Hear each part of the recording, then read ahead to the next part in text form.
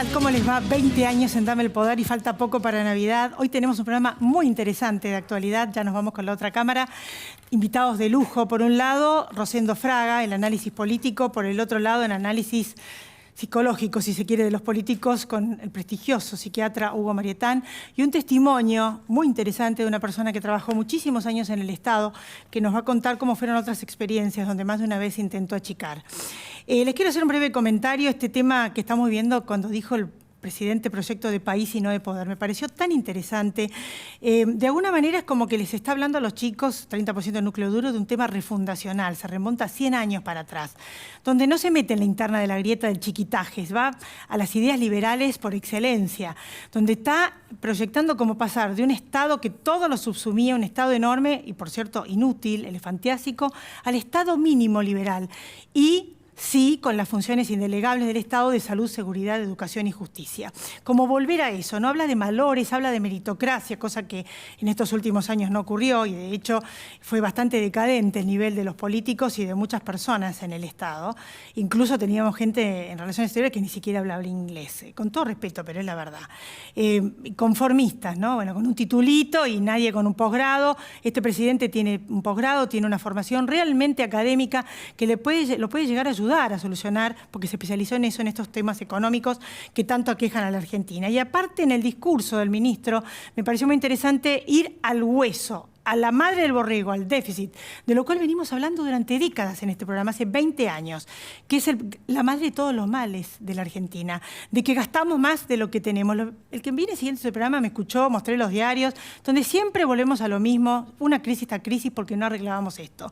Con lo cual creo que hay una luz de esperanza de que esta vez, después de varios ajustes que se hicieron a lo largo de la historia, los que somos grandes lo hemos vivido, hay una luz de esperanza de que puede ocurrir. Pero para eso es importante ir a los detalles y seguir y monitorear y que haya una presión por parte de la opinión pública de que esto no quede en una retórica y efectivamente se haga.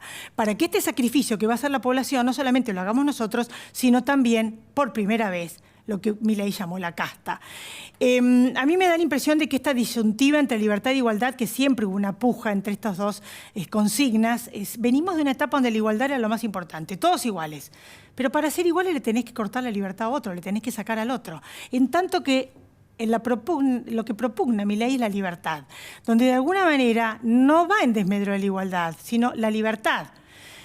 Iguales ante la ley, igualdad de oportunidades, que no es lo mismo que ser todos iguales. Y eso me parece muy interesante. Lo que les quiero decir es que estas grandes paradigmas que propone son de alguna manera como refundacionales, de una manera quizás mucho más profunda que lo que vienen haciendo los otros candidatos, donde se quedaron en el medio. Vamos a ver si lo puede lograr. En caso de que lo logre, sería efectivamente una epopeya. Lo cierto es que la herencia es la peor de la historia, es lo que dicen ellos, y yo coincido. Con 50% de pobres realmente es terrible, como en las peores épocas en la Argentina. 118% el porcentaje de devaluación, se liquida la moneda, pero hemos hecho este tipo de crisis varias veces y sobre todo en esta oportunidad es una crisis organizada, diríamos, ¿no? No sé si la palabra exacta sería crisis, es como un adecuamiento de la economía organizado, porque como dicen tanto Milei como su ministro de Economía, en caso de que no se haga esto en forma ordenada, saltamos a una hiper, como pasó en Venezuela y nos explicó un economista. O sea, que esto era inevitable y esto lo dejó el gobierno anterior y justamente de eso vamos a hablar con Hugo Marietán, esa desaprensión de los que pasaron por el poder, de cómo nos pudieron haber dejado en esta situación alegremente con un porcentaje de inflación que, bueno, lo de que dijo Milei es escalofriante, pero que lo que nosotros veíamos así sencillito era un 200% anual, decían las consultoras económicas. Con la mitad de la gente en la pobreza, los chicos muertos de hambre, sin educación, las pruebas PISA dieron pésimo, el factor nivelador de una sociedad es la educación. Sin educación no hay país posible, con unos niveles de inseguridad, territorios tomados, lo dijo Milei, fue un discurso excelente, donde no le quitaría ni un punto ni una coma. Así que de eso vamos a hablar, justamente desde el punto de vista también psicológico, de cómo pudimos haber llegado a esto. Y además se van, algunos de ellos, a vivir a otros países, u otros reivindican qué bárbaro lo que hicieron. Es increíble, de manual y de diván. Próxima nota, Hugo Marietán. No se vaya, ya volvemos.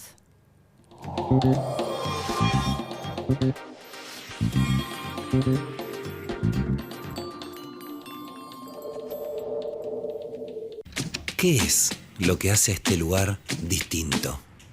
¿Será que nos cuidamos entre todos? los parques y el deporte. ¿Será que vivimos rodeados de verde? Sí, porque la calidad de vida hace todo distinto.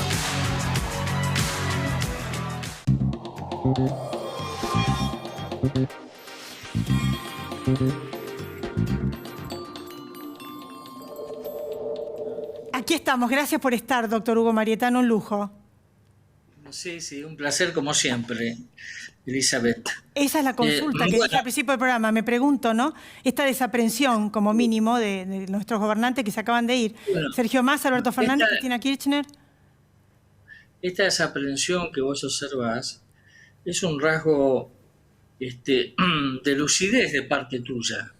Porque justamente, ¿no es cierto?, algunas personas que nos han gobernado en el anterior gobierno tienen las características de mi especialidad, que es la psicopatía, ¿sí? En consecuencia, ellos toman a los demás como objetos, como cosas que pueden usar a placer de ellos, como se les ocurre, ¿sí? Los usan y los tiran. Y bueno, ahora nosotros estamos sufriendo este asunto de que nos han usado durante tantos años y ahora nos tiraron a un costado y bueno, que venga otro y arregle todo este asunto y listo. ¿Esto es común en los políticos en todo el mundo? ¿Son así con esta beta que usted está describiendo? Porque realmente no parece. Hay países que donde los gobernantes, los países prosperan, les va bien. Y nosotros nos salimos de esta situación y ahora cada vez peor. Bueno, hay que recordarse siempre que yo digo acá en este canal, nosotros somos pastores, somos gente de agropecuaria, ¿no es cierto? Tenemos una paciencia prácticamente ilimitada y estamos acostumbrados a que los psicópatas nos manden, nos usen y después nos tiren, ¿sí? Y en otros países lo fusilan, lo fusilan. Terminan el mandato y lo fusilan, porque tienen otra idiosincrasia y tienen un sentido de justicia, ¿no? Porque en realidad esto es una tremenda injusticia de tipo social, ¿no? Abusar de tanta gente durante tantos años, y esa paciencia de ganado que tenemos, ¿no? De ganado que come el pasto y pasa el tren y miramos cómo pasa el tren y seguimos comiendo el pasto. Y bueno, ahí estamos, esa es nuestra idiosincrasia. Me encantó la analogía, es para el recuerdo, esto de esta mentalidad agropecuaria, es verdad, es un pueblo manso. Mamá siempre me decía, tené cuidado con el tronar de los pueblos, porque ella había visto, una mujer grande, en la historia, ¿no? El tronar de los pueblos. Y acá nos han dejado prácticamente en la ruina, y aquí estamos, nadie se hace cargo. No, nosotros nos limitamos a un ejercicio constante que vos habrás observado, más que en el ambiente profesional, en el ambiente cotidiano donde te mueves, que es la queja. Nuestros fusiles son las quejas, nos quejamos. Si creemos que estamos tirando a algún lado, es solamente ruido al aire, no de las palabras. Y seguimos aguantando y aguantando. La psicología... Bueno, sí. Sí. La psicología de los políticos, ¿me puede describir cómo llegan a esa situación donde ya, no sé si es que son amorales, inmunes, cuál es la palabra? O sea, de una persona normal a eso que no tienen, no les caen, no les entran las balas. Bueno, vamos primero a especificar, ¿sí? Están los políticos que ellos toman eso como un método de trabajo, como para asegurarse el futuro, ¿no? Si se presenta alguna corrupción y bueno, no presentan mucha resistencia, ¿sí? Y así van pasando los años, esas cosas. Ese es un tipo de político del montón. Son esa gente que cuando se abre la Cámara del Congreso ves que hay como 300 tipos ahí, ¿sí? Pero las cabezas, los que gobiernan, se han preparado durante muchos años y han luchado para conseguir ese grado de poder. Hemos visto en la última campaña que acaba de terminar para disputar la presidencia cómo han colocado la cantidad impresionante de recursos, nuestros recursos, para hacer campaña sin importar absolutamente nada. Bueno, así llegan, ¿no? Así llegan. Y después, bueno, una vez que llegaron no se quieren bajar, ¿sí? Y hacen cosas realmente extrañas, ¿no? Como no querer dar la banda presidencial a Macri, ponerse la mano en los bolsillos mientras estaban ahí con Milei, y bueno, y así están. Pero creo que nuestro pueblo agropecuario, ¿no es cierto?, ahora está tolerando algo rarísimo, ¿no? Que viene Milei, les dice, vamos a ajustar, terrible, vamos a ajustar, y ahora empiezan las medidas. Y bueno, ahora aguantamos este ajuste que nos parece justo, por eso lo aguantamos. Eso es lo distintivo entre el sistema que se fue y este, ¿no? Consideramos que es correcto el ajuste, que vamos a tener que otra vez bancarnos nosotros, la clase media, ¿no es cierto?, el ajuste del gobierno. Pero esta vez es con esperanza, ¿no? Me parece muy interesante desde todo punto de vista lo que está diciendo, esta mansedumbre de campo, porque es un país agropecuario y tal cual. Y de hecho no tiene mucha representatividad en el Congreso, el campo tampoco.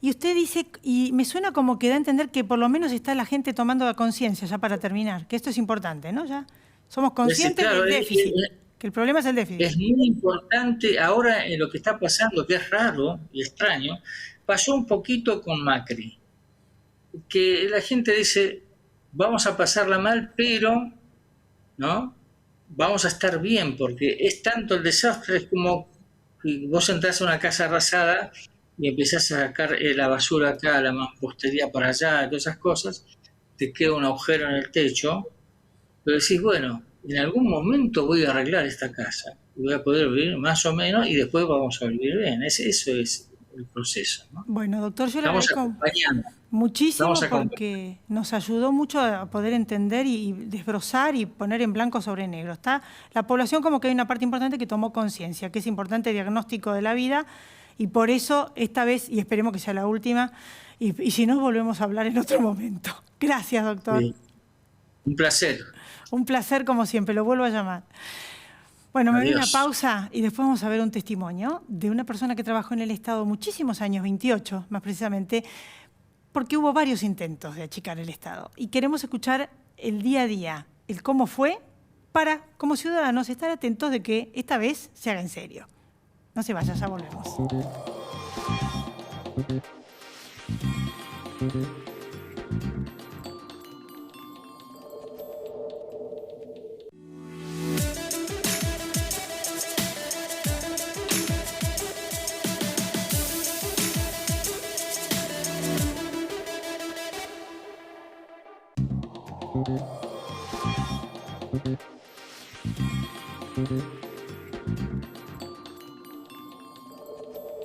¿Qué tal, Rosendo? ¿Cómo estás? Un gusto escucharte. No, muy bien, gracias por invitarme. Como siempre, bueno, la consulta académica que nos brindás, tu análisis de estas medidas de gobierno y la viabilidad frente a los grupos de tensión y depresión cada vez más acechantes de que se pueda realizar algo diferente esta vez. Bueno, a ver, yo creo que Milei como fenómeno político es el más disruptivo desde 1946. ¿Qué pasó en los 46? Surgió Perón, surgió el peronismo en forma bastante sorpresiva. Como Milei fueron 2 años y medio entre el inicio y la llegada al poder. Y además, en ambos casos fue contra toda la política preexistente, digamos, en ambos. Bueno, esto es disruptivo. Esto significa que no necesariamente lo que ha pasado en el pasado reciente se va a repetir hacia adelante. Dice, cuando no hay cambios, vos mirás para atrás y sabés qué va a pasar. Cuando hay cambios, mirás para atrás y te puedes equivocar en este momento. Entonces, bueno, ¿cómo puede gobernar un partido que tenga solo 7 senadores de 72 y nada más que 39 diputados de 257? Va, ese partido no va a poder gobernar. Bueno, si miro las últimas décadas, es así. Pero si hay un momento disruptivo, esto puede ser diferente. Y yo te digo, Milei consiguió, solo con 39 diputados, la elección de Martín Menem como presidente de la Cámara de Diputados. Y creo que esta tarde probablemente consiga también la elección de un senador de Libertad Avanza en el Senado. Y entonces, creo que yo tenía, esto no lo resolvió todo, pero empezó a resolver el desafío, yo diría, principal de Milei, que es generar una coalición para poder gobernar. ¿Qué opinas de las medidas que anunció y de lo que falta por anunciar, ¿no? Pero hasta ahora lo ha anunciado. Mira, yo te lo siento, yo los economistas no las puedo juzgar. Sí, te puedo decir que las medidas están asumiendo un salto inflacionario, yo te diría, sin precedentes del año 90, que fue la segunda hiperinflación la hiperinflación de Menem. Bueno, es esto, ¿no es cierto? ¿Cuándo va a ser la inflación de diciembre? Dicen que 20 y después va a ser más. Bueno, este es un escenario socialmente muy difícil. A mí no me preocupa si la aprobación de la gente que tiene hoy Milei es de 60 y en marzo es 30. No me preocupa si Milei pierde la mitad de su popularidad los primeros 3 meses. Siempre que este sea el costo de ordenar las cosas. Sí me preocupa si en julio del 2025 tiene 20 o 25 popularidad. No sé si... No me preocupa. Si llegás a las PASO del 25 con 20 o 25. A eso sí me preocupa. Pero Milei tiene que asumir que en los próximos meses, con lo que ha anunciado, va a tener un costo de popularidad inevitable. ¿Cómo ves la viabilidad y las fuerzas de choque de estos grupos de presión peronistas que más de una vez fueron destituyentes frente a esta situación? Mirá, vos lo que vas a ver ya el 19-20 de diciembre no son tantos grupos destituyentes peronistas. Lo que vas a ver es el intento de articular un frente social contra el proyecto, digamos, de Milei. O sea, surge de la izquierda más que del peronismo, como fue el 28 de noviembre. Él pegó 20.000 militantes a 9 de julio. Bueno, eso que va a sumar las organizaciones de derechos humanos, que ven en Milei y su concepción de los 70 una amenaza.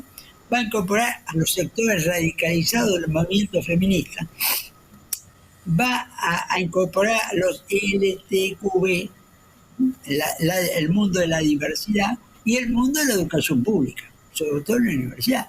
Es decir, acá lo que se va a tratar, más que piqueteros saqueando, lo que vas a ver es el intento de un frente opositor social amplio. ¿Tenés miedo que haya hechos de violencia? ¿Y sos pueden haber, pueden haberlo, pero yo, más que hecho violencia, creo que esta tasa de inflación, el precio de los alimentos, el aumento de la pobreza y la indigencia que va a haber sobre niveles muy altos, estamos casi en el nivel de pobreza del peor momento, que fue 52 en el año 2002. Estamos 47 el estimado. Bueno, entonces sáqueme el punto. Pero ¿qué es lo que puede haber? Yo no veo saqueos. Sí puede haber, reclamo de alimentos compulsivos, que es otra cosa, ¿no es cierto? Me siento acá hasta que me den comida. ¿Sos optimista? Sí, por último, ¿sos optimista o pesimista? ¿Cómo tenés una esperanza? ¿Crees que algo cambió? Que esta vez por ahí sí. Yo me defino como un escéptico constructivo. Por lo general trato de ser realista, pero sobre ese realismo trato de construir posibilidades al mismo tiempo. Entonces hay una oportunidad.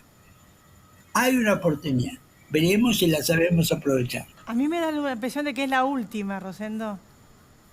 Bueno, acá sí recurro a la historia, porque la historia te muestra que los países no tienen última oportunidad. Sí, no tienen última oportunidad. Bueno, parece refundacional esto, así que esperemos que nos demos una oportunidad y que esta oportunidad lo logren, porque ya van varios intentos de salir adelante, pero esto lo veo como más política de Estado, lo veo como una vuelta mucho más profunda de tuerca, ¿no? Filosófica. A ver, yo diría, el gobierno se tiene que preparar para perder la mitad de su popularidad en los próximos 3 meses. Bueno. Eso no va a ser una sorpresa. Te diría que es un hecho casi inevitable. Está bueno, es la primera vez que va a haber alguien que no dice lo que la gente quiere escuchar, sino que lo necesario y no lo urgente, que es lo que va a decir, lo van a hacer. Así que bienvenido sea. Gracias por esta nota y te voy a contar en otro momento, no te molesto más. Gracias. Hasta pronto. Gracias. Después de la pausa, seguimos con los invitados.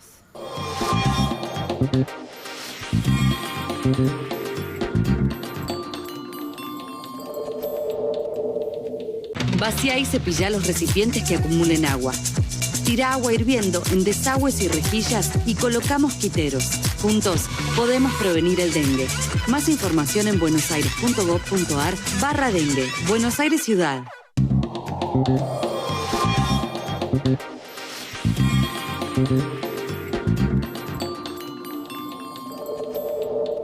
Aquí estamos entonces. Gracias por venir, Mariano Funes. Gracias a vos por la invitación. ¿Cómo fue tu experiencia en el Estado? 28 años. Sí, 28 años. Estuve como empleado público en varias administraciones, hasta la del ingeniero Macri en 2018. En mi caso positiva, porque estaba con un grupo de gente que trabajábamos. ¿Hubo otras experiencias similares de que se intentó reducir el Estado? Yo lo comentaba al principio del programa, esperemos que esta sea la vencida. Sí. Que yo recuerde, 2. Una indirecta, que en realidad no es modificación del Estado, sino siempre apuntaron a lo mismo, a reducir el gasto.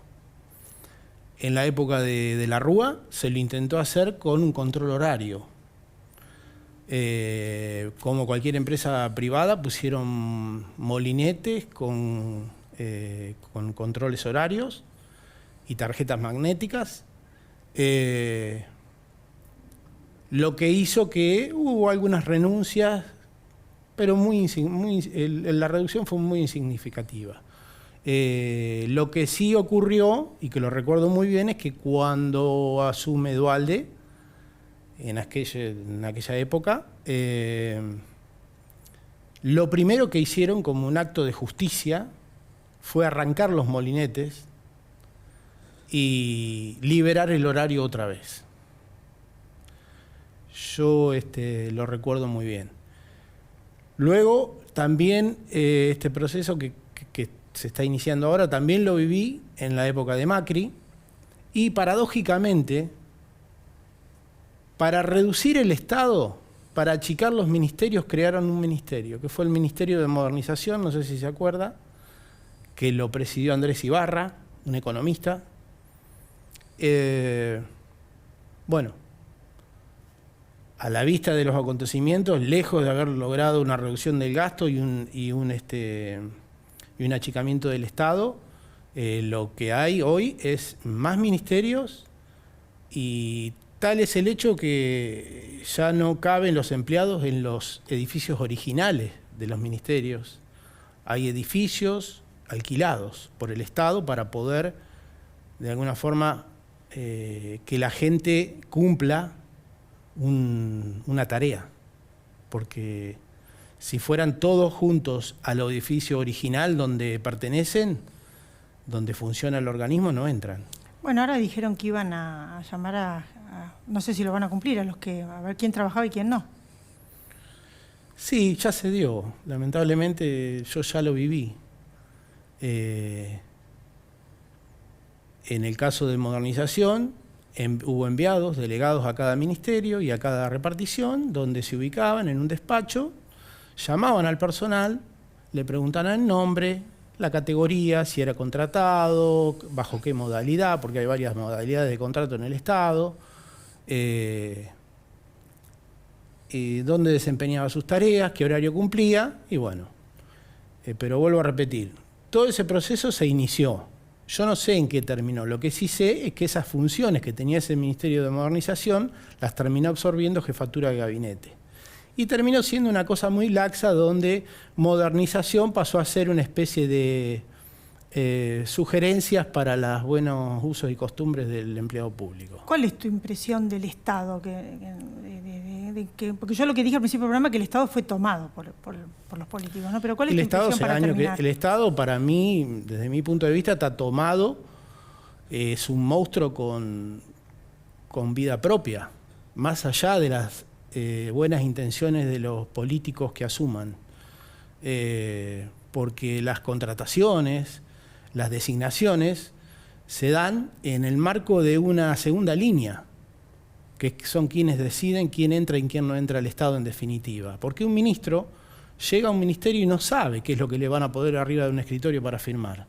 Lo que sabe es que lo tiene que firmar, porque hay otras cuestiones mucho más relevantes de las cuales se tiene que encargar. Y eso lo toma como una tarea diaria, automática, para sacársela de encima y pasar a los temas trascendentales para ello. Me queda un minuto. ¿Qué tenemos que estar atentos los ciudadanos para monitorear con tu experiencia? Si es en cuanto al enunciado que leímos, yo leí muy claramente que lo que van a reducir son cargos jerárquicos. Nunca hablaron de reducir gasto. Son dos cosas distintas. Yo creo que hay que interpretar bien lo que nos dijeron. Van a reducir cargos jerárquicos, esto es decir, van a eliminar ravioles. Pero el contenido de esos ravioles, de los ministerios, ese contenido que es el que genera el gasto, va a pasar a ser parte de otro raviol. Va a ser absorbido. Como por ejemplo, para que la gente entienda, Ministerio de Hacienda hoy es Ministerio de Economía, Obras y Servicios Públicos. El Ministerio de Justicia, que fue el caso en el que yo me desempeñé, primero fue una secretaría, luego pasó a ser un Ministerio de Justicia, luego pasó a ser Ministerio de Justicia y Derechos Humanos, luego le sacaron Derechos Humanos y pasó a ser otro ministerio. Es decir, es siempre el mismo perro, nada más que está cada vez más gordo. El collar siempre es el mismo. El Estado está tomado y tiene dinámica propia. O sea que van a tener que trabajar y mucho y vamos a tener que estar atentos a todo esto. Sí, un dato sería ver específicamente las partidas de cada ministerio, si se reducen o no. Es muy difícil controlarlo porque estamos en un contexto inflacionario. Pero sí también se podría ver el tema de los alquileres de los edificios. Ahí tendríamos un lugar donde diciendo, bueno, si no compraste vacas, por ahí no tenés que agrandar el campo. Y yo le agregaría que también hay muchas universidades que hay gente que toman a los ministerios, las contratan a las universidades, sobre todo a veces con el tema del presupuesto de educación, y terminan trabajando en los ministerios. Por eso es que dijeron que iban a controlar a la gente de las universidades. Vamos a ver si les dan la información. Muchísimas gracias por haber estado acá y te vuelvo a invitar en otro momento. Gracias por tu experiencia. Gracias. Atentos, para eso está la opinión pública y los medios, para eso estamos aquí. Porque nos dan el poder a través del voto y aquí estamos para ver qué hacen con ello. Nos volvemos a encontrar en la semana que viene. Muchas gracias por haber estado ahí. Nos manejan mal. Dame, dame, dame.